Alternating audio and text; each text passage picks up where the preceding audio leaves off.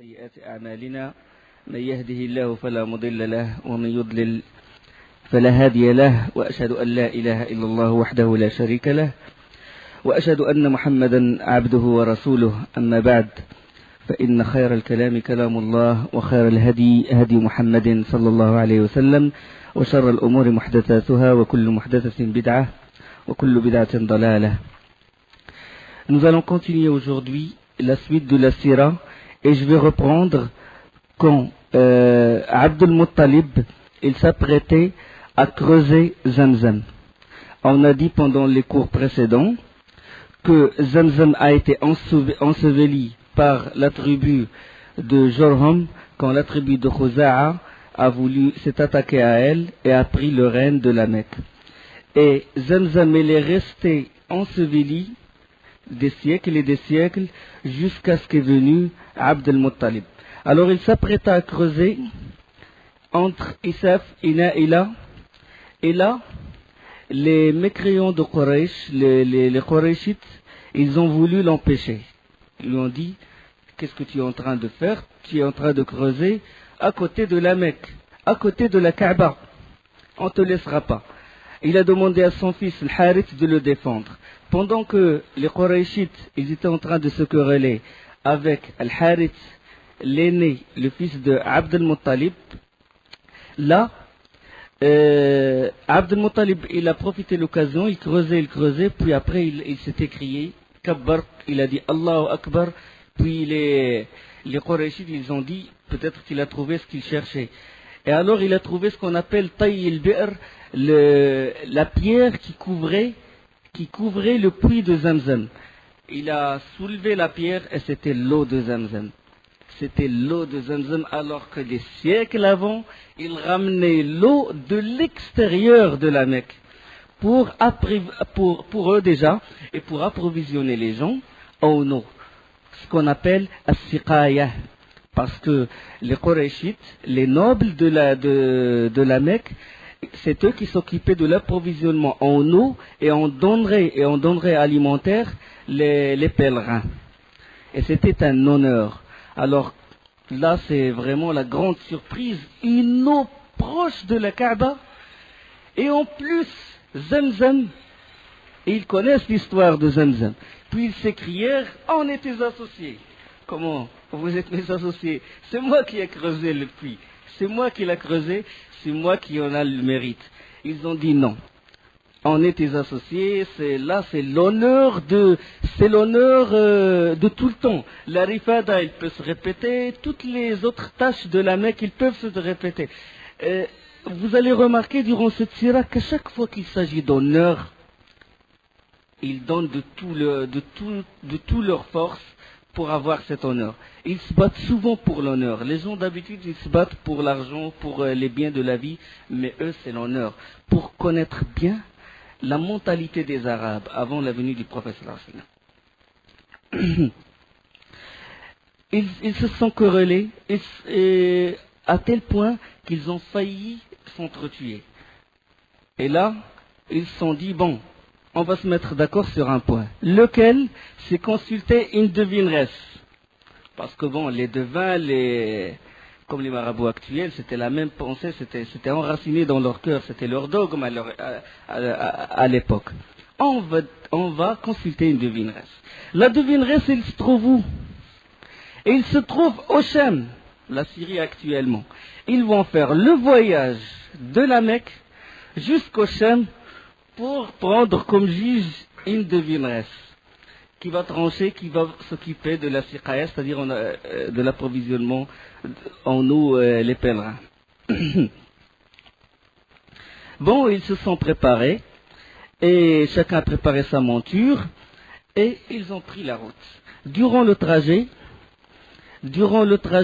l'eau s'épuisa, surtout la famille de Abd al-Muttalib. Ils ont choisi, chaque tribu a choisi un chef, Bani Abd al-Dar, Bani Abd Manaf et tout, et Abd al-Muttalib, il avait ses compagnons autour de lui. L'eau qui était chez Abd al-Muttalib, il s'épuisa. dans la route. Et c'était le désert, il n'y a pas d'eau et tout, les autres avaient de l'eau. Alors Abdel Muttalib, il a demandé qu'on l'aide, qu'on lui donne un peu d'eau. Ils ont dit non, sinon on va crever tous. Il vaut mieux que nous, on garde notre eau pour nous, et vous débrouillez. Alors là, il s'était mis dans une situation grave. Le désert, la sécheresse, la déshydratation et tout. Puis après, ses compagnons, Abdel Muttalib, il a dit, qu'est-ce qu'on va faire? Ils ont dit, c'est à toi de décider. Il a dit, la seule solution, c'est que chacun, il creuse sa tombe. Chacun creuse un trou. Il vaut mieux qu'une personne en perdition que toute la troupe, que toute la caravane. C'est-à-dire, à chaque fois que quelqu'un meurt, rend l'âme, les autres l'enterrent, jusqu'à ce qu'il ne reste qu'une personne sans être enterrée. Il a dit, il vaut mieux qu'une personne soit en perdition que toute la troupe. Ils ont creusé leur tombe, puis après, Abdel Muttalib, il s'asseyait, il attend la mort. Toute la troupe, il attend la mort, puis il a dit, Wallah, c'est pas une bonne idée. Comment? C'est une faiblesse, un signe de faiblesse de rester comme ça et attendre la mort. On va bouger, on va chercher l'eau. Et chacun s'est précipité auprès de sa monture, et là, la chamelle d'Abdel Muttalib a touché, avec sa patte, il a touché la terre, et puis l'eau a jailli. L'eau, il a jailli du côté de la patte de la chamelle d'Abdel Muttalib. Alors là, ils ont rempli leurs outres et tout, ils s'abreuvèrent, ils ont bu et ils abreuvèrent leurs chamelles, et ils ont donné même aux autres tribus l'eau. Puis après, les autres, ils ont réfléchi, ils ont eu un moment de recul et ils ont dit, par Allah, c'est lui qui t'a donné l'eau là-bas, Zamzam, c'est celui qui t'a donné l'eau ici. Alors, ils lui reconnurent le mérite de la siqaya, ils lui reconnurent le mérite d'établir l'eau de Zamzam. Et ils renoncèrent à la devineresse qui se trouve au Chad. Abdel Muttalib, il a eu 10 garçons, 10 fils et 6 filles. 10 fils, parmi eux, Hamza, radiyallahu anhu. Parmi eux, Al-Abbas, radiyallahu anhu. Hamza et Al-Abbas, ils étaient à l'époque après le wahi, après la révélation, et ils ont atteint l'islam et ils sont convertis, ils ont embrassé l'islam. Parmi ses autres enfants, c'est Abu Talib, celui qui l'a protégé, et Abu Lahab. Abu Talib, il s'appelle Abd Manaf, et Abu Lahab, il s'appelle Abd al-Uzza. Eux, ils ont atteint l'islam, mais ils n'ont pas embrassé l'islam. Ils sont morts, mécréants, kafir. Les autres sont morts avant la venue de l'islam, tel Abdullah, déjà le père du prophète sallallahu alayhi wa sallam, Hijl, Dirar, Al-Muqaddam, Zubair et Al-Harith. Les filles de Abdel Muttalib, Safiya, Hakim, Atika, Umaymah, Barra et Arwa, 6 filles. Alors Abdel Muttalib, quand ses enfants étaient jeunes ou quand il n'avait pas d'enfants, il n'y avait que le Harith, l'aîné, qui le protégeait. Il a fait un vœu. Il a invoqué Allah, il a dit, s'il me donne 10 enfants et qu'il atteigne l'âge de la puberté, ils deviennent des hommes, je vais lui donner un, je vais sacrifier un. S'il me donne 10 hommes, je vais sacrifier un. Alors, et surtout, il y avait Abdullah qu'il chérissait. Le meilleur de ses fils, celui qu'il chérissait le plus, c'est Abdullah.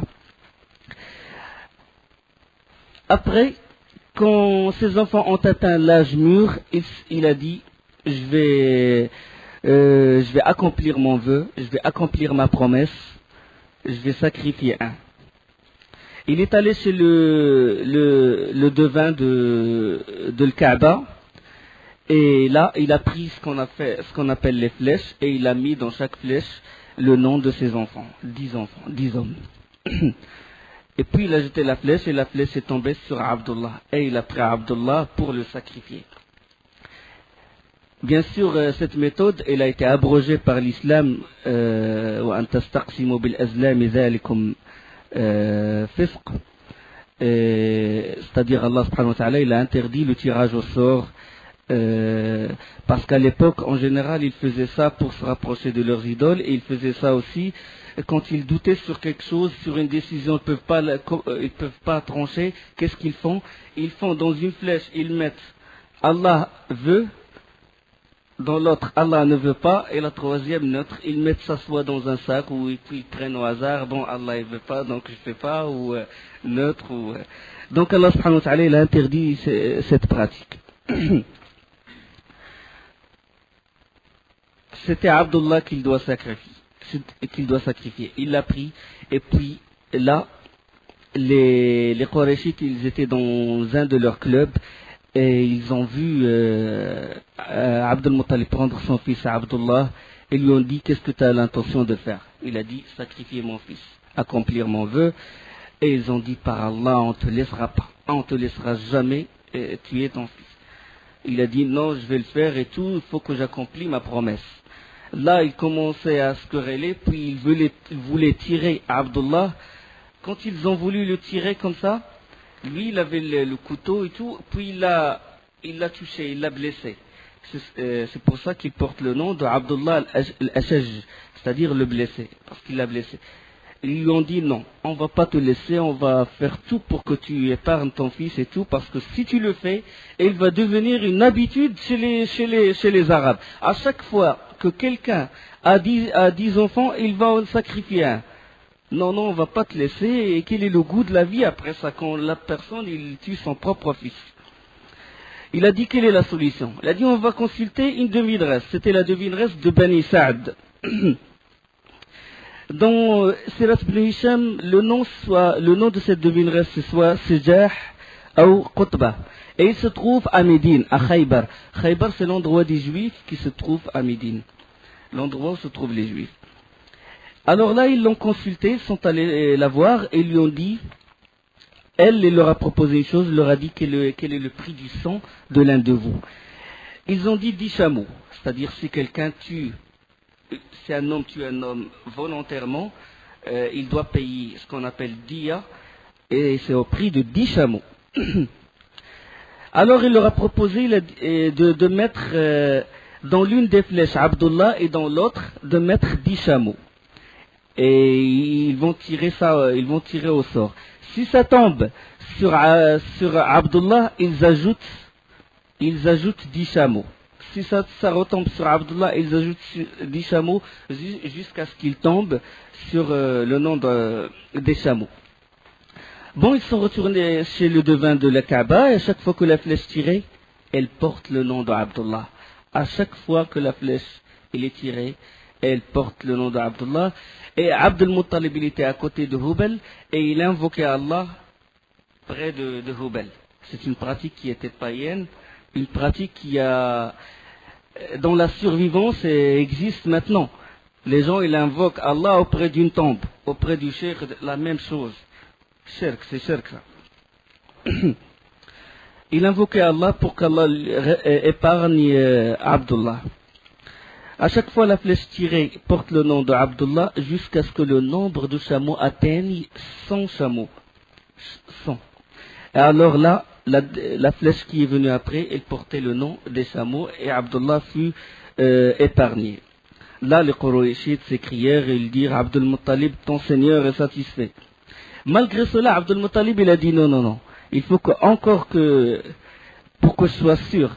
Il a encore jeté les flèches et tout. Et c'est retombé sur les chameaux. Une deuxième fois, il a dit, puis une troisième fois, là, il était satisfait. Et puis, Abdullah fut épargné. Le prophète sallallahu alayhi wa sallam, dans un hadith, il dit, Ana ibn Zabihayn, je suis le fils des deux voués au sacrifice.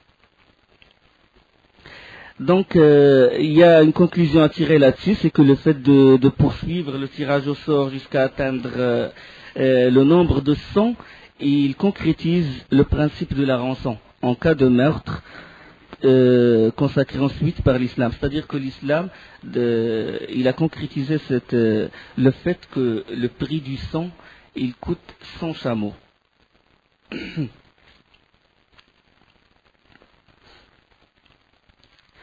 Alors quand Abdullah il a grandi, il épousa Amina bint Wahb. Amina bint Wahb, bint Abdi Manaf, la fille de Amina, la fille de Wahb. Et c'était Abd al-Muttalib qui a décidé que son fils se marie avec elle. Amina, il fait partie d'une famille noble Nasab, il a un grand, c'est-à-dire noblesse héréditaire. Abdullah il s'est marié avec Amina, ils sont revenus après à la Mecque. Et donc, la conception du prophète sallallahu alayhi wa sallam, elle fut le fruit d'une union légitime entre Abdullah et Amina, c'est-à-dire l'union qui s'était effectuée, c'était avec des témoins et des tuteurs. C'était parce qu'il y avait à l'époque des unions qui sont illégitimes, des mariages que l'islam a abrogés par la suite. Mais bien que le père et la mère du prophète sallallahu alayhi wa sallam soient des mécréants, mais l'union qui s'est effectuée a été légitime. Amina, il est tombé enceinte du prophète sallallahu alayhi wa sallam, et après quelques mois de grossesse, Abdullah, le père du prophète sallallahu alayhi wa sallam, est mort. Il est mort quand il est parti pour le commerce, et dans le chemin de retour, il tomba malade, et il descendit chez ses oncles maternels, Bani Adi ibn Najjar, et ceci à Médine, et c'est à Médine qu'il a rendu l'âme. Et son tombeau, le tombeau de Abdullah, il existait jusqu'à ce qu'on l'a soustrait du regard des gens, parce que les gens, ils vont invoquer la tombe d'Abdullah, le père du prophète sallallahu alayhi wa sallam, alors qu'il est mort mécréant. Le hadith sahih de Bani al-Muntafaq, la délégation de Bani al-Muntafaq, quand ils sont venus voir le prophète sallallahu alayhi wa sallam, l'un d'eux, il a demandé au prophète sallallahu alayhi wa sallam, est-ce que son père, à lui, est dans l'enfer? Et le prophète sallallahu alayhi wa sallam, il a dit, ton père et mon père sont en enfer. Donc, subhanallah, comment les gens, dans leur ignorance, ils font des choses pareilles. Alors, quand la mise au monde du prophète sallallahu alayhi wa sallam s'approcha, Amina bint Wahb, a vu un rêve, que la naissance de son fils est accompagnée d'une lumière et qui éclairera les palais de Bosra au Sham, nord de l'Irak. Les palais qui se trouvent au Sham. Et il a vu dans le rêve qu'elle était en train de dire, je prie à Allah l'unique de le protéger contre tout envieux. Bien qu'elle soit mécréante, elle a vu ça dans le rêve. C'était un signe de la venue du prophète sallallahu alayhi wa sallam. Et le lundi 12 Rabi' premier, la date la plus certaine, parce que les savants ils ont divergé à propos de la date précise de la naissance du prophète sallallahu alayhi wa sallam. Donc l'année de l'éléphant, 50 jours après l'événement de l'éléphant, le prophète sallallahu alayhi wa sallam naquit. Et à sa naissance, sallallahu alayhi wa sallam, se sont passés des événements qui sont étonnants. Nous allons les évoquer, tout en sachant que la grandeur du prophète sallallahu alayhi wa sallam ne vient pas de ces événements-là. La grandeur du prophète sallallahu alayhi wa sallam vient de sa loyauté, de sa véracité, et elle vient du message du Coran et de la Sunna. La grandeur du prophète sallallahu alayhi wa sallam n'émane pas de ces événements-là. Ces événements-là, on va les évoquer en tant que signe, tout simplement. En tant que signe. Et sa naissance ne doit pas être prise comme une fête, comme ils le font. Parce que si la naissance du prophète sallallahu alayhi wa sallam était une fête, le prophète sallallahu alayhi wa sallam l'aurait fêté déjà à sa vie et les compagnons l'auront fait. D'accord? Et s'il y avait des gens qui aimaient le plus le prophète sallallahu alayhi wa sallam, c'est les compagnons. On ne peut pas être à leur hauteur.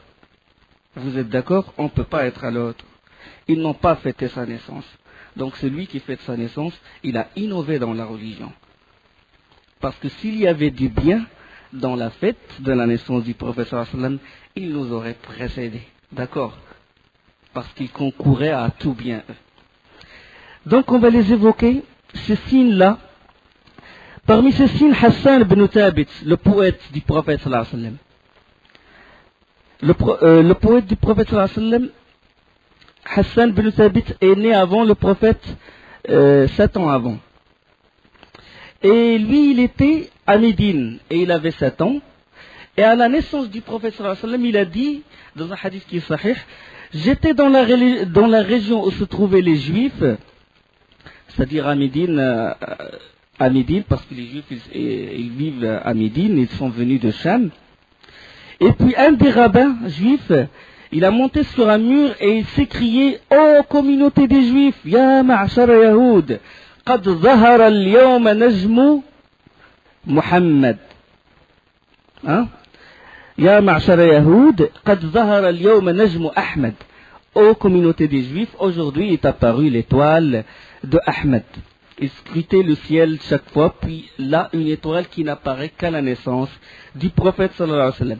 Parmi les signes de son éminence sallallahu alayhi wa sallam, c'est que, au cours de sa grossesse, Amina ne sentit rien des manifestations que normalement toutes les femmes doivent sentir. C'est-à-dire la faiblesse, la lassitude et tout ce qui accompagne la grossesse. On sait qu'Allah subhanahu wa ta'ala il dit que وَوَصَّيْنَا الْإِنسَانَ بِوَالِدَيْهِ حَمَلَتْهُ أُمُّهُ وَهْنًا عَلَى وَهْنٍ. C'est-à-dire, on a recommandé à la personne d'être la bienfaisance envers ses parents. Sa mère, il l'a porté peine après peine. Dans un autre verset, حَمَلَتْهُ كُرْهًا وَوَضَعَتْهُ كُرْهًا. Il l'a porté péniblement et il a accouché péniblement. Et à sa naissance, il est sorti s'appuyant sur ses mains et levant la tête au ciel. Et il est né circoncis. Et également dont le cordon ombilical était déjà coupé.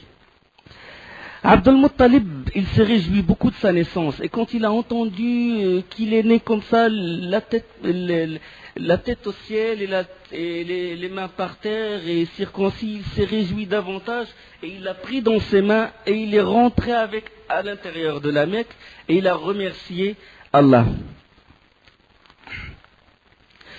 Alors, comment il a eu le nom, comment il a eu le prénom de Mohammed?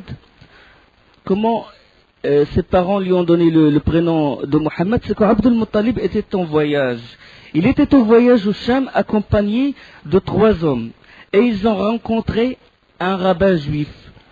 Il leur demanda: d'où êtes-vous? Ils ont répondu: nous venons de la Mecque. Et il a dit: de votre ville va sortir un prophète.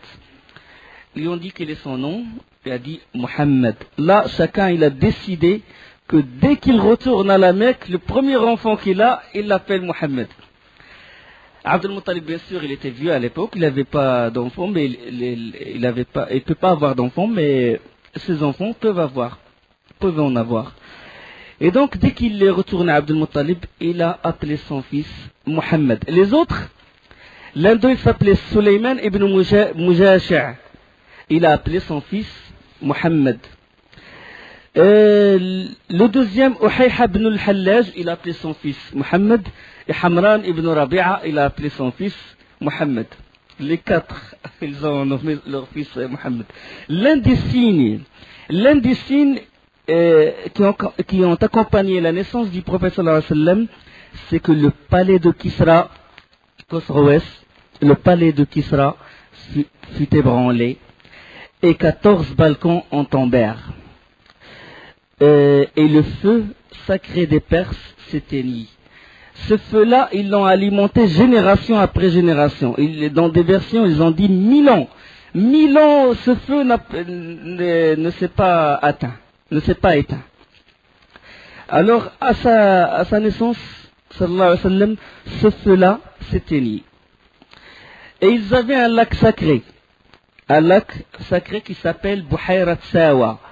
Ils faisaient leur rite dedans. Ce lac sacré, après cet ébranlement, la terre sous ce lac s'est fissurée, puis l'eau il est rentré en profondeur et le lac devient sec. Kisra s'était pris de panique et il a consulté les devins et les astrologues, parmi lesquels ceux qui ont eu des contacts, bien sûr, avec les djinns. On sait que les astrologues et les devins ont des contacts avec les djinns. Bien sûr, c'est les djinns qui ramènent la parole décidée au ciel le plus bas. J'ai ramené là le hadith là-dessus rapporté par le Bukhari. Allah subhanahu wa ta'ala il dit, lorsqu'Allah donne un ordre au ciel, les anges battent leurs ailes en signe de soumission à sa parole. C'est comme si une chaîne sur une pierre lisse. إذا قضى الله أمرا في السماء ضربت الملائكة أجنحتها خضعانا لقوله.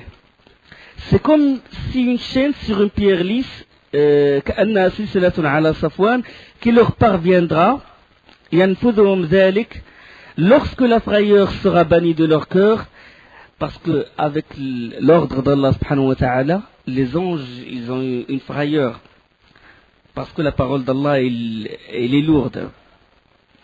Ils diront, qu'a dit votre Seigneur? Ils répondront la vérité. Il est le très haut, le très grand. Quand Allah subhanahu wa ta'ala décide un ordre, quelque chose qui doit se passer sur terre ou quelque chose qui concerne la révélation et tout, les anges ils battent leurs ailes en signe de soumission et qu'ils sont effrayés de l'ordre d'Allah, et quand cette frayeur elle est bannie de leur cœur, ils diront, qu'a dit votre Seigneur? Et les autres anges ils diront la vérité, il est le très haut, le très grand. Et celui qui est aux écoutes, ça c'est le hadith rapporté par le Bukhari, et hadith authentique bien sûr d'Abu Huraira radiyallahu anhu. Celui qui est aux écoutes, c'est-à-dire parmi les diables, l'entendra, et ceux qui sont aux écoutes sont ainsi les uns sur les autres, c'est-à-dire que les diables, il y en a les uns sur les autres, jusqu'au ciel le plus bas. Et là, ils attendent, ils sont aux écoutes. Si jamais les anges, ils parlent de cette chose, de l'ordre d'Allah, c'est-à-dire ils disent entre eux qu'Allah, il a décidé telle chose ou telle chose, eux, ils peuvent voler cette parole. Ils peuvent voler cette parole. Et chaque diable, il la jette à celui qui est le plus bas jusqu'à la ramener al-Qarim, c'est-à-dire celui qui est l'inséparable du devin, et c'est le djinn qui est à côté du devin qui lui jette ça dans l'oreille. Bien sûr, celui qui se trouve en haut l'entendra et le passera à celui qui se trouve en dessous, qui la passera à celui qui est au-dessous jusqu'à atteindre le magicien ou le devin. Il se peut que le météore le frappe avant cela, ou peut-être le passera-t-il avant que le météore le frappe. C'est-à-dire, quand il vole la parole qui a été décidée dans le ciel, quand il vole cette parole, Allah subhanahu wa ta'ala, il envoie des météores. Il se peut que ce météore, il atteint le djinn avant qu'il jette cette parole, et il se peut qu'il ne l'atteigne pas. Allah subhanahu wa ta'ala, il a voulu que ça soit ainsi. Et puis après, finalement, qu'est-ce qu'il fait le djinn? Il mêlera à cette parole de vérité qui a été décidée dans le ciel, il mêlera à ça son mensonge. Et puis il dira, nous a-t-il pas prédit telle et telle chose le jour tel, dira-t-on, et il croira aux paroles entendues dans le ciel. Dans une autre version, Ibn Abbas il a dit, radiyallahu anhu, si la révélation est descendue, les anges ils diront, qu'a dit votre Seigneur? Si cette révélation se rapporte avec ce qui est au ciel, ils diront la vérité. Et si cette révélation concerne la terre, comme la pluie, ou la mort de quelqu'un, ou la naissance de quelqu'un, les anges en parleront, et les djinns écoutent ces paroles, et ils descendirent vers leurs alliés parmi les humains. C'est pour ça que le devin, des fois, il tombe il dit des choses vraies. D'accord? C'est par cette méthode-là. Mais Allah subhanahu wa ta'ala, il a voulu que ça soit ainsi. Pourquoi? Pour qu'il fasse la différence entre ceux qui vraiment croient qu'Allah subhanahu wa ta'ala, seul, l'unique qui connaît le ghaib, et ceux qui attribuent le ghaib au devin, ou à leur wali, ou à leur shir. Il nous met à l'épreuve. Le devin, il est menteur même s'il a raison. C'est ça ce qu'il veut Allah de nous. Est-ce que c'est vraiment noué dans notre cœur? Est-ce que c'est vraiment une aqida ferme? Est-ce qu'on croit qu'il est unique dans la connaissance de l'ghaib? D'accord? C'est un test où on lui associe quelqu'un dans la connaissance de l'ghaib, c'est-à-dire l'invisible. Allah subhanahu wa ta'ala il dit dans le Coran, ça pourra confirmer ça par les arguments, certes nous avons placé dans le ciel des constellations et nous l'avons embelli pour ceux qui regardent, et nous l'avons embelli contre tout diable banni, nous l'avons protégé contre tout diable banni, à moins que l'un d'eux cherche à envoler l'écoute, une flamme brillante le poursuit. C'est Sourate 15, versets 16 à 18. Il y a beaucoup de versets du Coran là-dessus. Revenons à notre histoire. On sait que les devins, ils ont des djinns et que les djinns, ils leur donnent des informations. Parmi ces informations, ils lui ont dit la naissance du prophète, la naissance d'un prophète. Alors là, et puis il leur a interrogé à propos des 14 balcons qui se sont écroulés. Ils lui ont dit, d'ici jusqu'à la fin des Perses, il ne reste que 14 rois. 14 Kisra qui vont régner sur la Perse. Il reste 14. Kisra, il a dit 14 rois, ça va durer encore longtemps. Il y a encore 14, si on fait le calcul, ça va durer plus de siècles et de siècles. Après sa mort, ses enfants et ses proches se sont disputés le trône. Et durant 4 ans, 10 Kisra ont gouverné la Perse. Il ne reste que 4. Ça veut dire que c'est des signes de la venue du prophète sallallahu alayhi wa sallam. Continuons. Parmi les habitudes, on sait que parmi les habitudes de Quraysh, quand ils ont des nouveau-nés, ils ne les éduquent pas à la Mecque. Pourquoi? Pour différentes raisons. La première, c'est que la Mecque est le lieu de pèlerinage. Et on sait que la Mecque, des gens étrangers, ils viennent. Des gens qui ne connaissent pas vraiment l'arabe viennent. Donc, et ces gens-là, la plupart d'entre eux, ils restent pendant une durée. Donc, il se peut que les enfants de Qurayshites se mélangent avec ces gens-là, et il se peut et la langue arabe, elle va être entachée, elle va subir l'influence des langues étrangères. Donc, les Qurayshites, ils protègent bien leur langue. Ils veulent que leurs enfants soient épargnés, ne parlent pas une langue mélangée avec d'autres langues. Donc, ils préfèrent, quand ils sont enfants, les éduquer à l'extérieur de la Mecque. Comme ça, ils apprennent la langue arabe pure et éloquente, et avec une éloquence, avec une éclair, sans être mélangée avec d'autres langues. Ça, c'est une raison. L'une des raisons, c'est que les gens de Quraysh, ils veulent que leurs enfants acquièrent une robustesse et acquièrent une force. Parce que d'habitude, à l'extérieur de la Mecque, surtout dans le désert et tout, les gens, ils acquièrent une force et du courage et de la robustesse. Alors ils veulent que leurs enfants apprennent ça et soient forts, et après ils les ramènent. Il y a aussi que dans les villes, la ville de la Mecque, dans les villes en général, il y a beaucoup de maladies, il y a beaucoup de microbes et tout. On sait que dans les villes, il y a beaucoup de problèmes d'allergie, le problème de bactéries, de virus, alors qu'à l'extérieur, dans les campagnes et dans les déserts, il n'y a pas ça. Donc, pour ces raisons-là, les Qurayshites, ils avaient l'habitude de confier leur nouveau-né à des nourrices.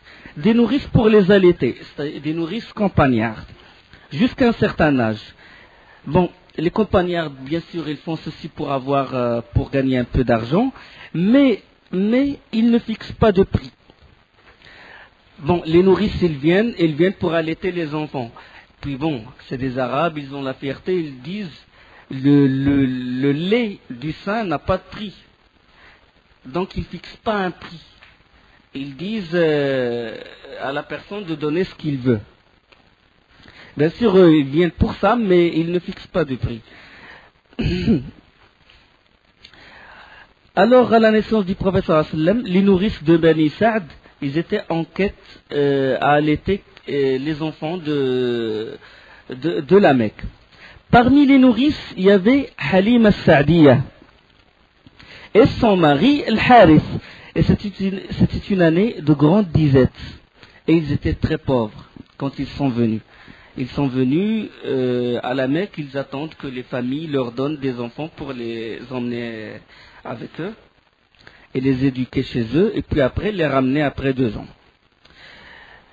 Et il est parti en compagnie des jeunes, en compagnie des femmes, nourrices aussi de Bani Sa'd. Et quand ils avaient quoi? Ils avaient une ânesse blanche et une vieille chamelle. Et Halima avait aussi un bébé qu'il allaitait. L'ânesse, elle était dans un état vraiment, elle était très maigre. La chamelle aussi. L'enfant, dans leur camp, quand ils ont mis un camp et tout, ils dormaient pas, ils criaient. Elle n'avait pas de lait, c'est-à-dire ils étaient dans un état vraiment, surtout à cette année, l'année de grande disette, l'année de grande sécheresse. Et alors, les femmes sont venues avec leurs enfants, ils sont venus, puis les nourrissent, et chacune elle prend un enfant. Et dès qu'ils sont informés que le prophète sallallahu alayhi wa sallam est orphelin parce que son père est mort, ils le refusent.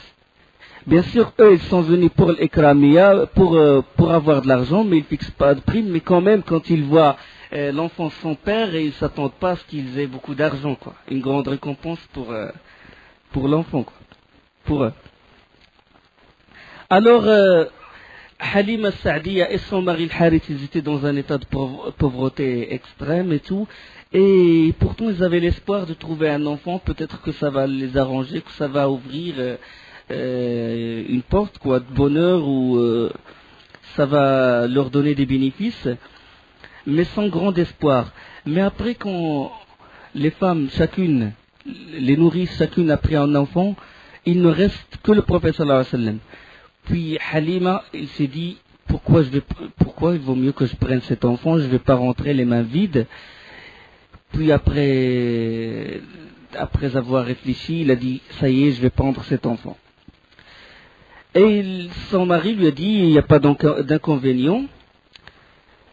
Alors Halima Sa'diya, il a fait ça, il a dit que j'allais le prendre, et en réalité je faisais cela que pour que je n'avais pas trouvé d'autre que lui. C'est-à-dire il n'a pas trouvé d'autres enfants, donc il a dit je vais le prendre. Quand il a pris, là les bénédictions commençaient à pleuvoir.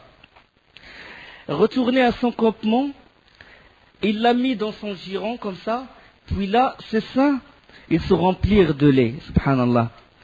Et son frère, il téta aussi, et s'est endormi alors qu'il n'a pas dormi, le pauvre, durant des nuits, parce qu'il avait faim. Son mari, il a surveillé la chamelle, et la chamelle, elle avait les mamelles pleines de lait. Il se mit à la traire, et alors ils ont bu, ils dormirent tranquillement. Au retour, quand Halima est montée sur l'ânesse avec Rasul sallallahu alayhi wa sallam, l'ânesse il a essoufflé la caravane, alors qu'avant il retardait toujours la caravane. Avant, à chaque fois il criait dépêche-toi, dépêche-toi. Après, l'ânesse a commencé à courir. Aucun âne n'a pu la suivre son rythme, quoi. Et alors les Bani Sa'd, les femmes de Bani Sa'd, ils commençaient à s'écrier fille d'Abu Duhaïb, doucement, est-ce là l'ânesse que tu montais à notre sortie? Et ils parvinrent alors à leur demeure de Bani Sa'd. La terre, elle était aride, sèche. Il n'y avait rien, il n'y avait pas de pâturage. Et les troupeaux de Halima, ils retournèrent. Chaque fois, leurs mamelles gonflées de lait, comme s'il n'y avait pas de sécheresse. Et alors là, les gens de Bani Sa'd, ils disaient, menez vos troupeaux là où le berger de la fille d'Abu Duhaïb mène les siens. Ils ont cru que peut-être elle a trouvé un coin où il y a du pâturage et tout. Il n'y a que son troupeau à elle qui retourne bien rassasié, tranquille, les mamelles gonflées et tout. Et alors là, ils commençaient à reprocher au berger de mener leur troupeau là où mène le berger de Halima son troupeau. Mais malgré ça, les troupeaux, ils retournaient maigres, fatigués et tout. C'est-à-dire la baraka du prophète sallallahu alayhi wa sallam. Et alors ils ont joui de cette aisance durant 2 ans de l'allaitement. L'enfant fut sévré, le sévrage. Fut sévré, c'était duré bien sûr 2 ans, qui était avant l'islam, elle a été confirmée dans le Coran. La légitimité de donner, déjà la légitimité de donner son nourrisson et la légitimité et le fait de l'allaiter durant 2 ans. Allah subhanahu wa ta'ala, il dit وَالْوَالِدَاتُ يُرْضِعْنَ أَوْلَادَهُنَّ حَوْلَيْنِ كَامِلَيْنِ لِمَنْ أَرَادَ أَن يُتِمَّ الرَّضَاعَ. Et les mères qui veulent donner un allaitement complet allaiteront leur bébé 2 ans complets. Et la suite du verset, et si vous voulez mettre vos enfants en nourrice, nul grief à vous faire, non plus à condition que vous acquittiez la rétribution convenue conformément à l'usage. وإذا أردتم أن تسترضعوا أولادكم فلا جناح عليكم إذا سلمتم ما آتيتم بالمعروف. Donc cette pratique il fut confirmée par le Coran. Donc Halima elle disait que l'enfant évoluait magnifiquement, mieux que les autres garçons, et à l'âge de 2 ans il possédait déjà une constitution solide et il parlait avec éloquence. Bien sûr, après 2 ans, et conformément à l'usage, les nourrices ramenaient les enfants qu'elles ont allaités à leurs parents. Alors là, Halima s'est attachée à l'enfant et il a insisté pour garder le prophète sallallahu alayhi wa sallam. Il a insisté, il a dit, je veux qu'il revienne avec, il a dit à Amina bint Wahb, je veux qu'il revienne avec moi, j'ai peur pour lui, de l'insalubrité de la Mecque, je veux qu'il retourne avec moi, il va acquérir davantage de robustesse. Puis Amina a accepté finalement. Et Halima l'a ramené avec. C'est-à-dire de Halima, Sa'diya et le prophète sallallahu alayhi wa sallam. Alors que le prophète sallallahu alayhi wa sallam gardait les moutons avec son frère de lait derrière les tentes, le frère de lait du prophète sallallahu alayhi wa sallam, il vint en courant, puis il a crié, mon frère le Qurayshite, mon frère le Qurayshite. Il vient d'être saisi par 2 inconnus habillés en blanc, et ils l'ont mis à terre et ils lui ont ouvert le ventre. Ils accoururent vers lui et ils étaient debout, le prophète sallallahu alayhi wa sallam est pâle. Et Halima il le serra contre lui et dit, qu'est-ce que tu as mon enfant? Et puis le prophète sallallahu alayhi wa sallam a raconté l'histoire, il lui a dit, 2 hommes habillés de blanc, dit-il, ils m'ont couché par terre et m'ont ouvert la poitrine pour y chercher je ne sais quoi. Bien sûr, après la révélation, le prophète sallallahu alayhi wa sallam, il a parlé de cet événement. Le prophète sallallahu alayhi wa sallam, il a dit dans un hadith sahih, il a dit, 2 anges sont venus à moi et m'ont ouvert la poitrine et ont sorti mon cœur et l'ont lavé dans une bassine en eau remplie d'eau de Zamzam et ont extirpé du cœur une adhérence noire et l'ont jeté et ont dit, ceci est le poste de guet de Satan. C'est-à-dire que Satan il ne trouve pas d'endroit pour insuffler son mal. Et on remplit mon cœur de sagesse. C'est un hadith sahih, hein? Parce qu'il y a beaucoup de gens qui ont voulu toucher à l'authenticité de ce hadith parce que ça rentre pas dans leur tête. Et on sait que le musulman, quand l'information est authentique et qu'il entend, qu'est-ce qu'il doit dire? Nous avons entendu et nous avons cru ou nous avons obéi. وما كان لمؤمن ولا مؤمنة إذا قضى الله ورسوله أمرا أن يكون لهم الخيرة من أمرهم. Ça y est, quand Allah, c'est une information venant du prophète sallallahu alayhi wa sallam, hadith authentique, mais même si ça rentre pas dans ta tête, tu dis j'ai cru.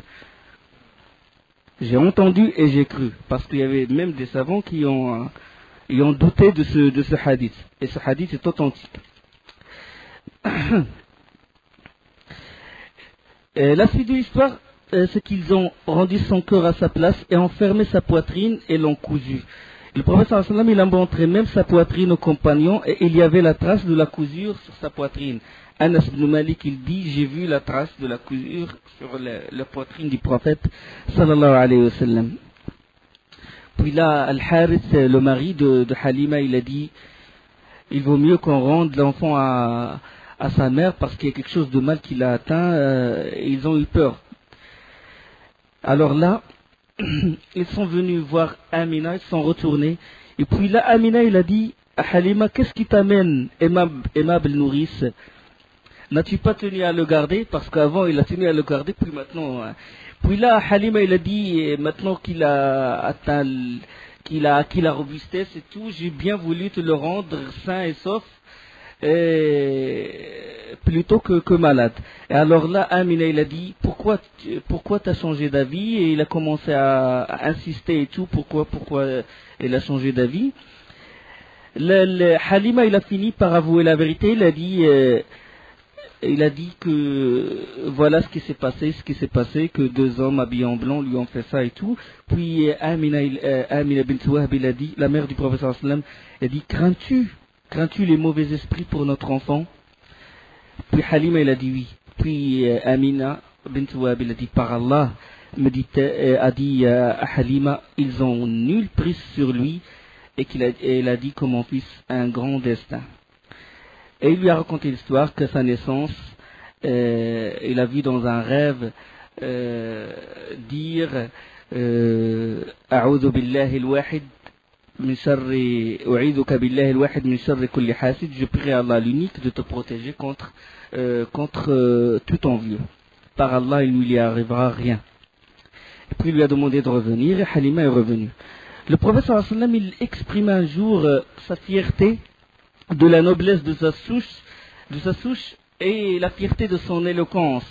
Il a dit, je suis le plus éloquent en arabe d'entre vous, je suis Qurayshite et fus mis en nourrice chez Bani Sa'd. C'est-à-dire, c'est là qu'il a acquis l'éloquence dans la langue arabe. Ana a'rabukum ana Qurashi wasturdi'tu fi Bani Sa'd ibn Bakr. Quand le prophète sallallahu alayhi wa sallam a atteint l'âge de 6 ans, sa mère est morte. Se chargea de lui alors son grand-père, Abd al-Muttalib. On sait que le prophète sallallahu alayhi wa sallam, il a vécu pauvre. C'est vrai qu'il fait partie d'une famille qui est très noble, mais il a vécu pauvre, et ceci pour beaucoup de raisons. Pour beaucoup de raisons, à savoir que la famille de Abd al-Muttalib, c'est elle qui s'occupe de la siqaya et de la rifada, c'est-à-dire l'approvisionnement en eau des pèlerins. Et quand il donne l'eau aux pèlerins, ils ajoutent autre chose, c'est-à-dire ils ajoutent le lait et beaucoup de choses. Et en même temps, il s'occupe de la rifada, l'approvisionnement en denrées alimentaires. C'est-à-dire sa grande hospitalité, c'est sa grande hospitalité qui l'a rendu pauvre. Il dépense beaucoup d'argent. L'exemple aussi de Hatim Ta'i, on sait que Hatim Ta'i, c'est l'un des grands hommes généreux des tribus arabes, et ils ont dit de lui qu'il a vécu pauvre. En général, les gens généreux, ils vivent pauvres. Et c'est un signe aussi, pourquoi? Parce que le professeur sallam, quand il a vécu pauvre, c'est-à-dire il connaît la souffrance des pauvres. Il connaît la valeur de la pauvreté. Par contre, un riche, il ne connaît pas ce que ça veut dire la pauvreté. Donc c'est une préparation du prophète sallallahu alayhi wa sallam, c'est une sorte d'éducation du prophète sallallahu alayhi wa sallam. Ibn Ishaq, il rapporte que Abd al-Muttalib avait un tapis dans l'ombre de la Kaaba, et ses fils s'assoient aux alentours du tapis, ils ne s'assoient pas sur le tapis, par respect de leur père. Et puis le prophète sallallahu alayhi wa sallam, étant enfant, il vient et s'assoit directement sur le tapis. Alors ses oncles, ils le poussent et tout. Dès que Abd al-Muttalib il sort et tout, il voit ses enfants pousser, le prophète sallallahu alayhi wa sallam, il dit, laissez mon fils, il aura un grand destin, c'est un grand homme. C'est-à-dire, il savait qu'il va être un grand homme. Et c'est-à-dire, il se réjouit de ce qu'il fait et il essuyait son dos. Alors, à un certain âge, quand le prophète sallallahu alayhi wa sallam a atteint l'âge de 8 ans, le grand-père du prophète sallallahu alayhi wa sallam, al-Muttalib, est mort, et il le confia à son fils Abu Talib. Abu Talib, oncle germain du prophète sallallahu alayhi wa sallam. L'envoyé d'Allah resta sous sa garde jusqu'à l'âge de raison. Et puis, on sait qu'Abd al-Muttalib, qu'Abu Talib, on va en parler après dans le Sira, il l'a soutenu fermement jusqu'à sa mort. Le prophète sallallahu alayhi wa sallam, à l'âge de 8 ans, il vivait sous la dépendance de son grand-père, jusqu'à ce qu'il a commencé à travailler. Et il a travaillé comme berger. Il a travaillé comme berger de 8 ans jusqu'à l'âge de 21 ans. Il dit dans un hadith sahih, il n'y a pas de prophète qui nous fait profession de berger. Les compagnons ont dit, même toi, prophète envoyé d'Allah. Il a dit, même moi, répondit-il, je gardais les moutons des Qurayshites moyennant quelques qirats, c'est-à-dire une petite somme d'argent. tous les prophètes, ils ont fait cette profession, c'est-à-dire berger, garder les troupeaux et tout. Bien sûr, ça c'est pour des raisons bien valables, parce que le berger, déjà il se retire de tout le monde, quoi. Il est dans une retraite, il a le temps de méditer, de voir le ciel, les étoiles et tout, et il apprend aussi la patience, et aussi la miséricorde envers les troupeaux et tout. Quand il guide le troupeau, il est apte à guider les hommes après. C'est une éducation du prophète sallallahu alayhi wa sallam. Durant cette période, Abu Talib faisait le commerce. Et quand le prophète sallallahu alayhi wa sallam atteint l'âge de 12 ans, il s'est agrippé à Abu Talib, il a dit je vais aller avec toi, je veux bien aller avec toi dans ton commerce et tout. Et puis Abu Talib a eu pitié, puis il l'a pris avec lui et ils ont voyagé pour faire le commerce au Shem. Et là, dans la route, ils se sont approchés d'un ermitage qui est occupé par un moine. Le moine, il est nommé Bahira, ou Buhayra. Et ce dernier étant très réputé, c'est-à-dire dans le christianisme et les livres saints, il a vu, dans l'ermitage, il a vu la caravane et il a vu un nuage au-dessus du prophète sallallahu alayhi wa sallam. Allah lui a montré ça, il a vu, puis il était étonné, surtout qu'il scrutait toujours les lieux, surtout que c'était une période de la venue d'un prophète, et lui il sait ça. Alors le moine, d'habitude, ceux qui sont retranchés dans l'ermitage, ils n'invitent personne, ils sont retranchés, ils parlent à personne, les caravanes ils passent à côté d'eux et tout, mais sans qu'il y ait une discussion quoi, entre le moine et les Arabes qui passent à côté de lui. Alors là, quand il vit l'enfant, protégé du soleil par un nuage, il a dit à ses adeptes, préparez beaucoup de repas, beaucoup de nourriture, je vais inviter ces gens-là. Puis il les a appelés. Il les a invités, il a dit venez, je vous invite et tout. Ils étaient étonnés, comment ça se fait que ce moine, il nous invite pour la première fois. Là, pendant le dîner, Buhayra, il commençait à les divisager un par un, il le regardait. Il regardait un par un. Pour peut-être aboutir à quelque chose qui est un signe, quoi, parce que là, il était étonné de voir le petit nuage au-dessus de la caravane. Puis après, il a dit, manque-t-il encore quelqu'un? Ils ont répondu, on a laissé un enfant. Il gardait nos montures, il gardait la caravane et tout. Puis l'un d'eux, il a dit, par Allah, nous sommes des ignobles. Comment ça se fait que nous, on mange tranquillement et on laisse un enfant dehors? Ils l'ont appelé. Le professeur sallam s'est assis à côté de Buhayra et le moine, il le questionnait sans cesse. Il posait beaucoup de questions et tout. Puis il a dit, mon enfant, je te conjure par le droit de Lat et l'Uzza. Puis là, le professeur sallam lui a dit, on sait que le moine, il ne croyait pas à Lat ou l'Uzza, mais pour vraiment agrandir le serment, pour que il sait que les Arabes ils vénéraient Lat ou l'Uzza et les adoraient, et là il les conjure par le droit de Lat ou l'Uzza. Puis quand il a dit au prophète sallallahu alayhi wa sallam, je te conjure par le droit de Lat ou l'Uzza, le prophète sallallahu alayhi wa sallam a répondu, vite, ne me demande rien au nom de Lat et l'Uzza.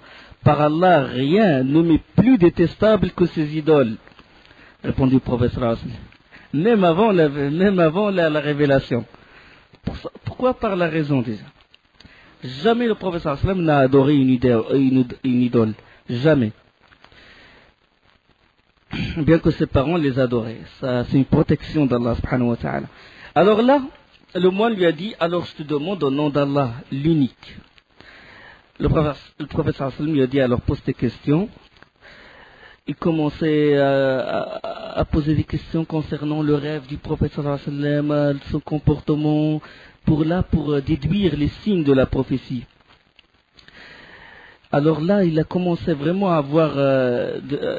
à être plus en plus sûr de la prophétie du prophète sallallahu alayhi wa sallam, puisque les réponses ils coïncidaient exactement avec aux descriptions du futur prophète. Muhammad sallallahu alayhi wa sallam. Et ceci, bien sûr, on sait que les signes se trouvaient dans les livres anciens, dans les livres saints, la Torah, l'Injil et tout, et que tous les prophètes, ils ont consenti à l'engagement qu'Allah subhanahu wa ta'ala a pris d'eux, c'est de croire et de soutenir le prophète sallallahu alayhi wa sallam. Allah subhanahu wa ta'ala, il a fait un engagement envers tous les prophètes, que si vraiment que si le prophète sallallahu alayhi wa sallam, il vient, à leur époque, ils doivent être prêts pour le soutenir. Bien qu'Allah subhanahu wa ta'ala, il a écrit qu'il soit le dernier des prophètes. Mais il dit, si vraiment un prophète, le prophète Mohammed, il vient, vous le soutenez, et il a pris cet engagement. La preuve, dans le verset de Surat Al-Imran, et lorsqu'Allah a pris cet engagement des prophètes, chaque fois que je vous accorderai un livre et de la sagesse, et qu'ensuite un messager vous viendra confirmer ce qui est avec vous, vous devez croire en lui, et vous devez lui porter secours. Il leur dit, consentez-vous, acceptez-vous mon pacte à cette condition? Ils ont répondu, nous consentons. Allah subhanahu wa ta'ala dit, soyez-en donc témoins, dit Allah, et me voici avec vous parmi les témoins. وإذ أخذ الله ميثاق النبيين لما آتيتكم من كتاب وحكمة ثم جاءكم رسول مصدق لما معكم لتؤمنن به ولتنصرنه. Si un prophète, parlons du prophète sallallahu alayhi wa sallam, il vient confirmer ce que vous avez ramené, est-ce que vous allez le soutenir? Et ils ont dit, nous consentons, le consentons. لتؤمنن به ولتنصرنه قالوا أقررنا قال فاشهدوا وأنا معكم من الشاهدين. Bahira a dit au prophète sallallahu alayhi wa sallam, montre ton dos. Là, les signes, ils conversent. Il a dit, montre ton dos pour voir quoi? Pour voir le sceau de la prophétie. Khatam al-Nubuwah. Le prophète sallallahu alayhi wa sallam a montré le dos. Le Bahira, il a jeté un regard, puis ça y est, là, il est sûr que c'est le sceau de la prophétie, que c'est vraiment un prophète. Les savants, ils décrivent l'empreinte de la prophétie, le sceau de la prophétie, Khatam al-Nubuwah, si se trouve dans beaucoup de hadiths authentiques, sous forme d'une empreinte petite et brune qui est tapissée de poils formant la crête. La crête, c'est la crête d'un poulet. Ou la crinière, la crête. Tapissée de poils qui forment la crête, qui ressemble à la crête d'un poulet. Et autour de cette trace, se trouvent des grains de beauté, tout autour. C'est ça le sceau de la prophétie. Il s'adressa alors à Abu Talib. Il a dit, quel est le lien de parenté entre lui et toi? Il a dit, c'est mon enfant. Il a dit, il ne conviendrait pas que cet enfant ait un père. Il est orphelin. Il a dit, il est donc mon neveu. Il a dit, c'est d'accord.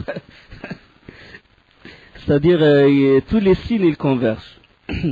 Puis là, Buhayra, il a dit, par Allah, si tu l'emmènes jusqu'à Shem, les Juifs vont le reconnaître, et quand ils le reconnaîtront, ils le tueront. Abu Talib, il a eu peur pour son neveu, il l'envoya rapidement à la Mecque, accompagné de quelques hommes.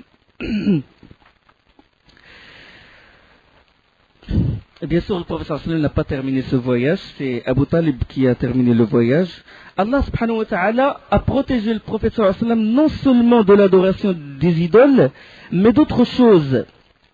Il l'a protégé des vains plaisirs, des choses, des distractions des Qurayshites, des frivolités, la danse, la réunion dans des fêtes, les chants et tout ce qui s'ensuit.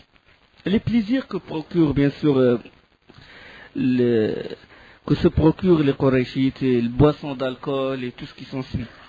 Allah subhanahu wa ta'ala l'a protégé. Même parlant de lui, le prophète sallallahu alayhi wa sallam, dans un hadith authentique, il a dit, dès mon jeune âge, Allah m'a fait détester les idoles et la poésie. Subhanallah. Nous ne l'avons pas enseigné la poésie. Comme ça, pour vraiment, pour répondre à ceux qui prétendent que le prophète sallallahu alayhi wa sallam, peut-être qu'il était poète et qu'après ça, il a écrit le Coran.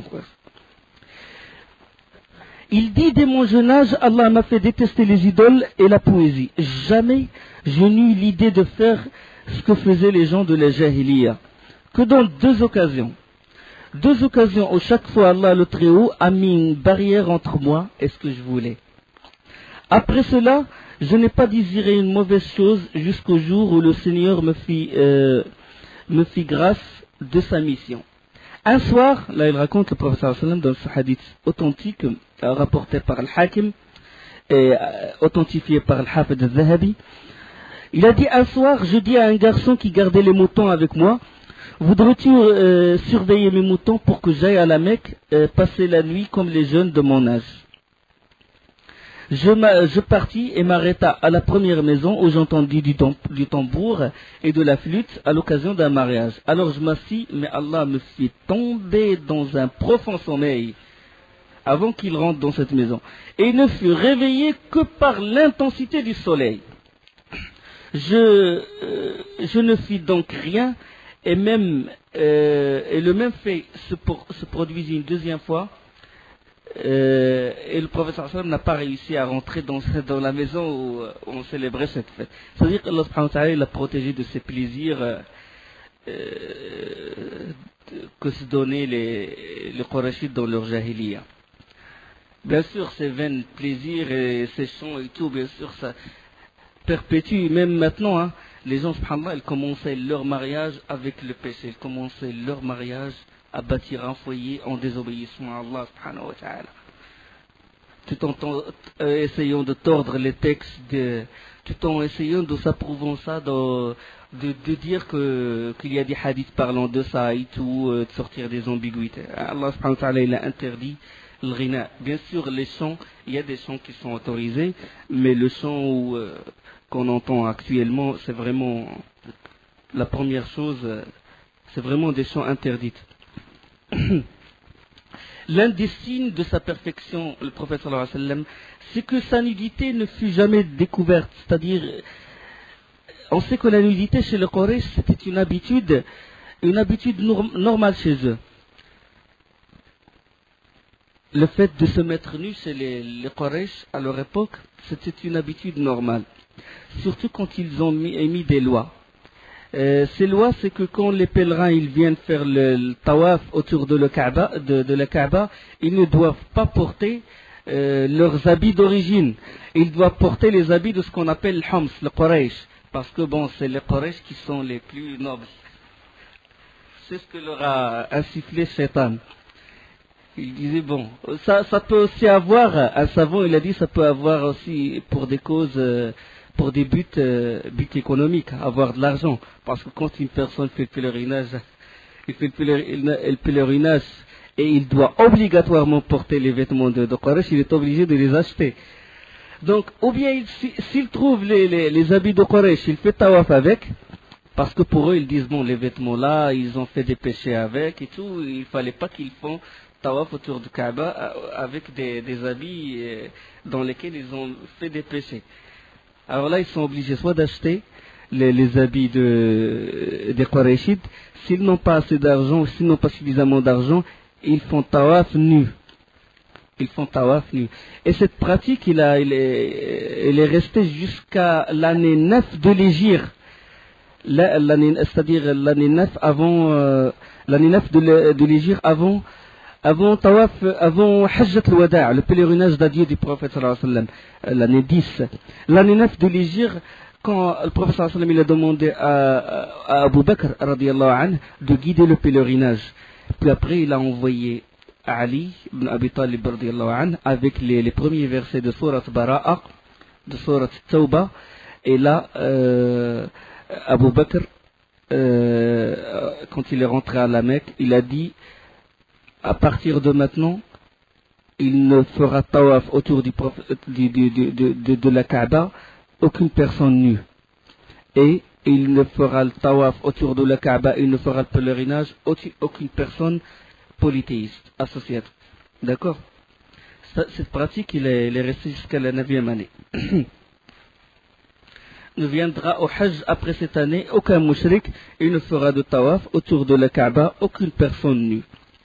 Alors un jour, le prophète sallallahu alayhi wa sallam transportait les pierres avec les Qurayshites. Et il faisait très chaud. et les gens, ils relevaient le bras de leurs vêtements et les mettaient sur l'épaule. Ils ont l'izar. Quand il fait chaud, ils enlèvent l'izar et le mettent sur leurs épaules pour mettre la pierre, pour amortir le choc de la pierre contre leurs épaules. Et le prophète sallallahu alayhi wa sallam, il portait les pierres à même l'épaule.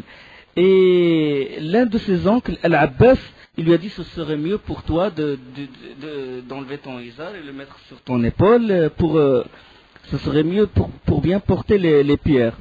Le prophète sallallahu alayhi wa sallam, il a suivi le conseil et sa nudité fut découverte. Et il tomba évanoui et s'écria, mon izar. Et il a mis son izar et continua le travail. Et là, depuis, il n'a jamais montré sa nudité, bien que c'était une pratique qui est normale chez les Quraysh. Donc Allah subhanahu wa ta'ala, il l'a préservé. Autre marque de perfection, de sa perfection, sallallahu alayhi wa sallam, étant enfant chez Abu Talib, on sait qu'Abu Talib, il avait beaucoup d'enfants, et il était très pauvre, parce qu'il était très hospitalier et très généreux, il avait beaucoup de responsabilités à la Mecque, il avait beaucoup d'enfants, et quand il met le plat, ses enfants, ils se précipitent sur le repas, ils mangent tout ce qui est dans le plat, et puis le premier, c'est celui qui a tout pris, quoi, qui a eu sa grande part. Le prophète sallallahu alayhi wa sallam, il ne se précipitait pas avec eux, il restait, il les regardait, et puis il attendait. S'il reste quelque chose, il le mange, s'il ne reste pas, il reste affamé toute la journée. Jusqu'à ce qu'Abu Talib, il a remarqué, le prophète sallallahu alayhi wa sallam, il ne fait pas comme font ses enfants, puis là il a demandé qu'on lui laisse sa part à lui. Ça c'est khuluq sallallahu alayhi wa sallam, sa moralité. L'autre marque, une de ses marques aussi, c'est la véracité. As-Sadq, il n'a jamais menti toute sa vie, même quand il était enfant, même avant la révélation. Sallallahu alayhi wa sallam. Une autre signe aussi de son éducation, de sa perfection, c'est que le prophète sallallahu alayhi wa sallam a participé à la guerre des transgresseurs. On a parlé de ça, de Harb al-Fujar. On sait que la guerre elle est interdite dans l'Ashhur al-Hurum. إن عدة الشهور عند الله 12 شهرا في كتاب الله يوم خلق السماوات والأرض منها 4 حرم. Il y a 4 mois sacrés dans l'année. Il est interdit, فلا تظلموا فيهن أنفسكم, ne faites pas de tort à vous-même. Il est interdit de faire la guerre, de s'attaquer à autrui. Là, même les Arabes, ils respectaient cette règle avant la venue du prophète sallallahu alayhi wa sallam. Mais les Arabes, ils ont vécu 5 guerres de Harb al-Fujar, 5 fois, la guerre des transgresseurs. La cinquième, le prophète sallallahu alayhi wa sallam a assisté à cette guerre, quand Hawazin, la tribu de Hawazin, s'est attaquée à Quraysh. Et là, les Qurayshites, ils étaient obligés de défendre. Il est autorisé de défendre, mais pas autorisé de s'attaquer, interdit de s'attaquer. Le prophète sallallahu alayhi wa sallam, il le dit dans un hadith sahih, il disait, je donnais les flèches à mes oncles, kuntu anbulu li a'mami. Dans une autre, l'explication de ce hadith, anbul, ou bien je donne les flèches, ou bien je défends, je protège mes oncles pour qu'ils ne soient pas touchés par les flèches. Ça veut dire, c'est une éducation du prophète sallallahu alayhi wa sallam en tant qu'homme combattant. Regardez comment il se prépare, le prophète sallallahu alayhi wa sallam, à la grande mission. Et aussi il y a sa participation à l'alliance de l'Fudul, Hilf al-Fudul. Hilf al-Fudul, ce pacte il a eu lieu 20 ans avant la révélation, c'est-à-dire quand le prophète sallallahu alayhi wa sallam avait 20 ans. Et cette alliance c'était la plus honorable. Ce pacte finalement a une histoire. C'est qu'un homme de Zubayd, peut-être de la région du Yémen, il vint à la Mecque vendre des marchandises. Et l'un des notables ou l'un des nobles de la Mecque qui s'appelle El-As ibn Wa'il, c'est le père de Amr ibn al-As. El-As ibn Wa'il, il lui acheta les marchandises et refusa de le payer. Alors l'homme cria justice aux tribus alliées, Abd ad-Dar, Makhzoum, Jumah, Sahm et Adi. commença à crier justice parce que son droit, il est lésé dans son droit. Alors là, aucune des tribus ne voulut le secourir contre l'As ibn Wa'il. Au contraire, ils l'ont grondé, ils lui ont dit de se taire. Le lendemain, au lever du soleil, il monta sur ce qu'on appelle le mont de Qubays. Le mont de Qubays, il est à côté de Kaaba. Au lever du soleil, il commença à s'écrier. Et il commença à exposer sa plainte à haute voix sous forme de vers d'un poème. Alors là, Az-Zubair ibn Abd al-Muttalib intervint. Il a dit on ne peut pas laisser ça parce que regardez ce qu'il dit. Il crie personne ne l'a secouru, personne n'a voulu l'aider en plein pèlerinage, en plein la Mecque. Qu'est-ce qu'ils vont dire de nous les autres tribus et tout. Alors là, qu'est-ce qu'ils ont fait? Ils se sont alliés et ils ont créé ce qu'on appelle Hilf al-Fudul, l'alliance de l'Fudul. L'origine de cette appellation, que Jurhum, à première époque, il a précédé Quraysh dans ce pacte. Le pacte, qu'est-ce qu'il y a dans le pacte? C'est-à-dire de défendre le lésé jusqu'à ce qu'il aura gain de cause.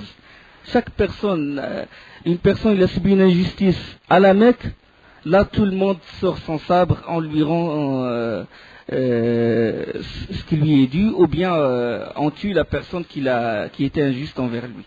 Donc, Hilf al-Fudul, l'appellation de l'Fudul, il a une origine. Dans une version, ils disent que les Jurhumites, et on sait dans les cours précédents que Jurhum, c'était la première, c'est la tribu qui a vu les oiseaux au-dessus de Zamzam quand Jibril, alayhi salam, il a touché la terre. Ça, c'est avant que le Kaaba ne soit bâti, et quand Hajar et Ismaïl, son fils, étaient dans cette colline. Et la tribu de Jurhum, c'est la première à habiter Mecca. Les Jurhumites, ils ont fait ce pacte avant les Qurayshites. Et dans ce pacte, il y avait 3 personnes et qui s'appelaient chacun Al-Fadl, Al-Fadl, Al-Fadl. Et on l'a appelé Hilf al-Fudul. On l'a appelé l'alliance de l'Fudul. Alors là, les Bani Hashim, c'est comme s'ils ont ressuscité cette alliance. Dans une autre version, ils ont dit Fudul, ça veut dire les droits, al-Huquq, les droits, c'est-à-dire rendre les droits aux gens. Rendre leurs droits aux gens. Les Bani Hashim, Bani Zuhra et Taym, ils se réunirent dans la maison de Ibn Jad'an pour ce pacte-là. Il leur servait un repas et le prophète sallallahu alayhi wa sallam était avec eux. Il a participé à cette alliance. Il a participé à cette alliance dans la maison de Ibn Jud'an. Ils prirent serment de s'allier main dans la main pour soutenir le lésé contre l'injuste jusqu'à ce qu'il obtienne gain de cause. Lésé parmi les habitants de la Mecque et les habitants de l'extérieur de la Mecque. Toute personne, toute personne qui subit une injustice, ils sont prêts à le défendre. Alors là, ils portèrent leur sabre et se dirigèrent chez l'As ibn Wa'il. Ils lui ont dit, ou bien tu rends au lésé son argent, ou bien on te tue. Ils étaient prêts à tuer l'un des notables de la Mecque. Cette alliance, elle demeura pendant le Jahiliya et pendant l'Islam. Cette alliance, Hilf al-Fudul, il a persisté durant le Jahiliya et durant l'Islam. Et le prophète sallallahu alayhi wa sallam, il a dit, j'ai assisté à une alliance dans la maison de Abdullah ibn Jud'an et ne voudrait pas en échange les biens les plus précieux. Si l'on m'y invitait, aujourd'hui où nous vivons dans l'Islam, je n'hésiterai pas à y répondre. C'est une alliance qui a été faite par les mouchriquins de Quraysh, mais quand il s'agit de lever, quand il s'agit de rendre les droits à la personne à qui qui a été privée, là, cette alliance, elle a été confirmée par l'islam. Le prophète sallallahu alayhi wa sallam, il a dit, je suis prêt à y assister même maintenant dans l'islam. Et cette alliance, elle a persisté même après la mort du prophète sallallahu alayhi wa sallam, parce qu'Ibn Ishaq, il rapporte que le Walid ibn Utba, ibn Abi Sufyan, il a été injuste envers Al-Hussein ibn Ali, ibn Abi Talib, radiyallahu anhu. Et alors, Al-Hussein lui a dit, ou bien tu me rends ce qui m'est dû, ou bien j'appelle les gens à l'alliance de l'Fodol. Et chez le Walid ibn Utba, il y avait Abdullah ibn Zubayr, et puis Abdullah ibn Zubayr, il a dit, s'il appelle à l'alliance de l'Fodol, je vais sortir mon sabre, et soit que tu lui rends ses droits, soit qu'on meurt tous. C'est-à-dire que cette alliance, elle a persisté avant, elle était avant l'islam, et elle a persisté après l'islam, et après la mort du prophète sallallahu alayhi wa sallam. Maintenant, on va parler du mariage avec Khadija bint Khuwaylid. Khadija bint Khuwaylid bint Asad bint Abd al-Uzza ibn Qusay ibn Kilab, Qurayshid pur. Elle était très riche. Et son commerce, certains ils disent que son commerce à elle seule, il vaut le commerce de tout Quraysh. Elle était très riche. Et il fait des engagements, il a engagé des mandataires, des hommes qui s'occupaient bien sûr de son commerce, et il donne certains, soit un forfait, soit un pourcentage. C'est une femme qui est noble, distinguée par ses qualités et son éducation raffinée. Et puisque c'est une femme, elle ne peut pas vraiment vérifier son commerce. Donc elle avait besoin surtout d'hommes de confiance. Et parce qu'elle a peur qu'on la trahit, qu'on lui prend quelque chose de son commerce. Alors elle cherchait quelqu'un de vraiment confiant, et elle a entendu parler du prophète sallallahu alayhi wa sallam, de sa noblesse, qui est le fils de Abdul Muttalib, sa chasteté, sa loyauté, sa pureté et tout. Et alors là, il lui a confié une marchandise qu'il doit emmener au Sham. Et il y avait avec lui pour le servir Maysara, un esclave de Khadija. Durant le chemin, Maysara il fut émerveillé par la pureté, la moralité et le comportement du prophète sallallahu alayhi wa sallam, parce que d'habitude, les esclaves, ils sont traités par les Qurayshides comme, c'est-à-dire avec dureté, avec rudesse. Et là, quand il a vu le comportement du prophète sallallahu alayhi wa sallam envers lui, il était émerveillé, il était de toute douceur et de tout respect. Et il fut émerveillé aussi durant le trajet, il y avait un nuage qui les couvrait. Il les couvrait de la chaleur du soleil. Là, durant leur voyage vers Shem, ils s'arrêtèrent près de l'ermitage où vivait avant Bouhaira. Au cours de cette période, Bouhaira est mort. On sait, Bouhaira, on a parlé de cette histoire. Bouhaira était mort à cette époque. Le prophète sallallahu alayhi wa sallam s'est assis à l'ombre d'un arbre, et le moine alla voir Maysara, il lui dit qui est cet homme. Il posa beaucoup de questions. Maysara s'est étonné pourquoi le moine lui pose tant de questions. Le moine lui dit, par Allah, nul ne prit repos sous cet arbre si ce n'est un prophète. Là, ils avaient toujours les signes et tout dans leur livre saint et tout, ils scrutaient les lieux. De même au Sham, Maysara fut séduit par le comportement du prophète sallallahu alayhi wa sallam envers les gens, sa souplesse et sa générosité dans le commerce. Les commerçants de Quraysh, d'habitude, ils vendaient leurs marchandises au Sham, et puis ils ramenaient l'argent. Le prophète sallallahu alayhi wa sallam n'a pas fait ça, il n'a pas fait pareil. Il a vendu la marchandise au Sham, et avec l'argent qu'il a gagné, il a acheté une autre marchandise qu'il a ramenée à la Mecque, et il l'a vendue aux gens de la Mecque, et il a gagné 2 fois. Khadija, elle fut séduite par le prophète sallallahu alayhi wa sallam, par les bénéfices qu'il a ramenés et tout. Et surtout quand Maysara commença à lui raconter le comportement du prophète sallallahu alayhi wa sallam durant le voyage, sa moralité, sa loyauté, sa véracité, le témoignage du moine, il a dit que c'est un prophète et tout.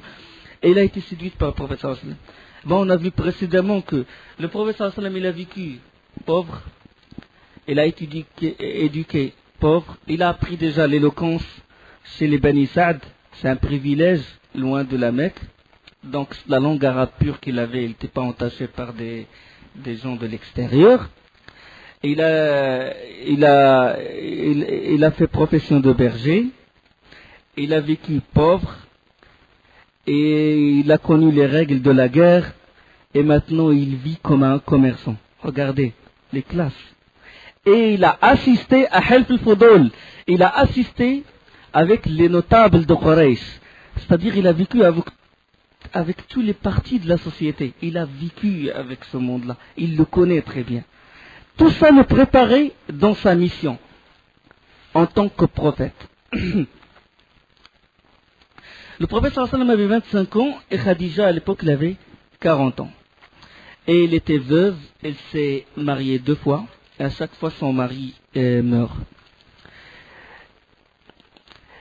Là, les témoignages de Maïsara et le comportement du prophète sallallahu alayhi wa sallam, il incitait Khadija au mariage avec le prophète sallallahu alayhi wa sallam. Alors qu'avant, il repoussait les hommes. C'est-à-dire avant, chaque fois que quelqu'un il la désirait à la voir comme épouse, il refusait. Là, il était séduit par le prophète sallallahu alayhi wa sallam et il a envoyé une marieuse qui s'appelle Nafisa. Et Nafisa a dit au prophète sallallahu alayhi wa sallam, pourquoi ne te maries-tu pas? Il a dit parce que je suis pauvre, je n'ai pas assez d'argent. Et il lui a dit, si je te propose une femme riche, belle et noble, هل لك من المال والجمال والنسب. Et il a dit qui? Il lui a répondu Khadija. Il a dit Khadija elle refuse les notables. Comment elle veut se marier avec moi? Alors Nafisa il a dit je me charge du reste. Nafisa a préparé le mariage et tout. Et le prophète sallallahu alayhi wa sallam est venu en compagnie de Abu Talib et en compagnie de Hamza ibn Abd al-Muttalib. Bon, dans une autre version, c'est Abu Talib qui est venu, ce qui est le plus authentique. Ils ont demandé Khadija auprès de son père, soit auprès de son père dans une version, soit auprès du fils de son oncle, c'est-à-dire Waraqa ibn Nawfal. 2 versions. Bon, la dot était fixée à 20 jeunes chamelles et c'était le mariage le plus noble. Elle fut la première femme du prophète sallallahu alayhi wa sallam. Et Khadija vivante, il n'a jamais épousé une autre femme quand il vivait avec Khadija. Il a vécu 25 ans avec Khadija, radiyallahu anha, et il ne s'est marié qu'après sa mort de Khadija.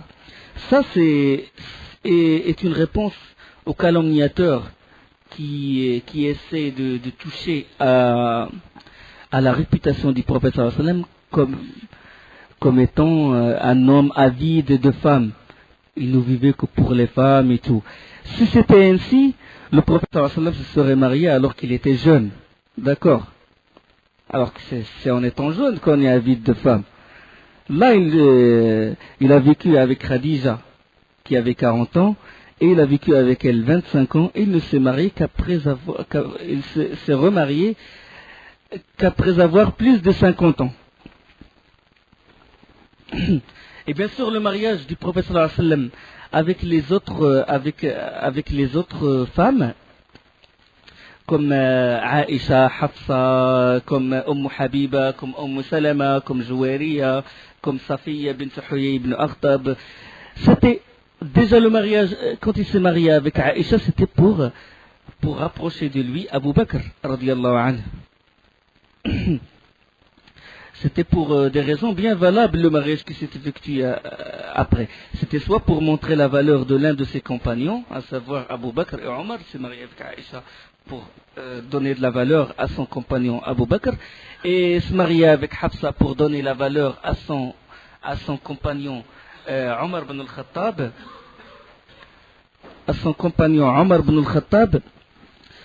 et pour d'autres raisons. Comme le mariage avec Salama. Salama, elle était vieille quand il s'est marié avec elle. Salama, elle n'avait pas de personne qui se charge d'elle. Ou bien il se marie pour d'autres raisons, c'est-à-dire pour rapprocher une tribu. pour avoir un lien de parenté avec une tribu, comme ça les gens de la tribu ils rentrent en islam.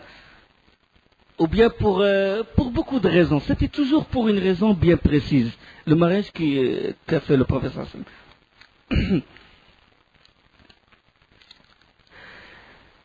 Donc, il a eu avec Khadija Al-Qasim. Parce que Khadija lui a donné des enfants. Elle lui a donné Al-Qasim. Il est mort avant l'islam, Al-Qasim. Il lui a donné Abdullah. Et Abdullah, il est surnommé Tayyib ou Tahir. Des fois, dans des livres, ils se trompent, ils disent que Abdullah, c'est le fils du prophète sallam, et Tayyib, c'est un autre fils, et Tahir, c'est un autre fils. Non. Abdullah, il est surnommé Tayyib ou Tahir. Les filles, bien sûr, c'est Fatima, Zaynab, Ruqayya et Kalsoum. Radiyallahu anhun. Bénédiction sur elle.